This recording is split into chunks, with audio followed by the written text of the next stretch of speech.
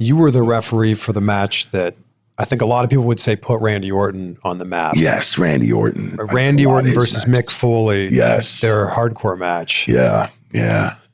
So that match, hardcore match all the way, right? Randy's kind of been in the business for a while, you know. So he's got this big match with Mick Foley. Now, Mick Foley, I don't think Randy at that time has never done those type of matches, like those hardcore, straight out hardcore matches. And so it was just full blown. I remember like with all the thumbtacks in Randy's back. Yeah, that's like, spot. It was like 50 or 75, maybe 100 thumbtacks in his back. Yeah, he goes for the RKO. Yep. And Foley just throws him off. Yeah, and then like all these thumbtacks in his back. And I remember all the stuff that Randy was taking. And I remember Randy was selling, going, why the fuck did I get into this match? I'm like, Randy, just think about the payday. Just think about the payday. That's it, brother. Just think about the payday. You know, and I love doing Randy's matches, man. Randy and me, we had a great time in that ring all the time and done some phenomenal matches, man. And you went down to count and you hit the thumbtacks with your hand. Yep. Yeah. That's what I was thinking. Like, I had 1 or 2 thumbtacks and it stung like a sun because I count really hard, right? I remember, boom, I was like, oh, shit. And I'm thinking, Orton's got like 75 of these things in his back. I'm like, I can't be complaining here, you know? I'm like, but you're like, you can see you're like in the background, it stung like a son of a gun, bro. I'm thinking, ow.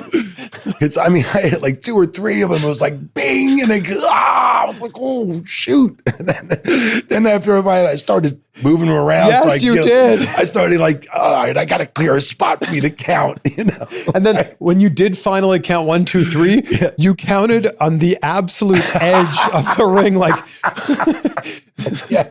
like as close to the outside of the ring as possible. It was called Once Bitten, Twice Shy. For sure, Chris. I mean, yeah, it was like, oh man, like, whoo. I know. I remember going, whoo. So I was selling the hell out of this thing. And I'm like, oh my God, I'm thinking Orton's got like 100 of these things in his back. He's taking everything off the stage, off this, off that. And I remember him going to the back of the gorilla, and I think that we were taking some of the thumbtacks out of his back, get as much as we could out of his back, because he had to take a couple more bumps, you know.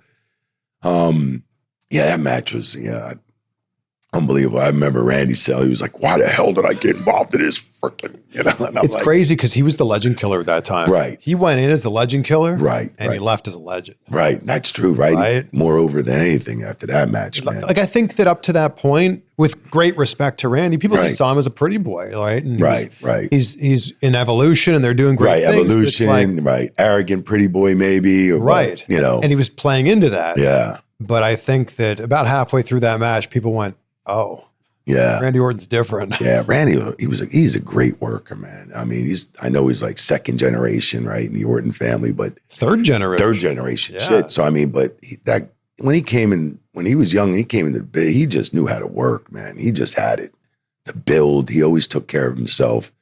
Great body, great worker. He's still doing it. Love the Viper, and I mean, come on, the RKO. That's one of the best finishes you can ever. He'd hit that son of a gun anyway, out of the blue anywhere. Yeah, and on anyone. On anyone. Yeah. You know, anyone.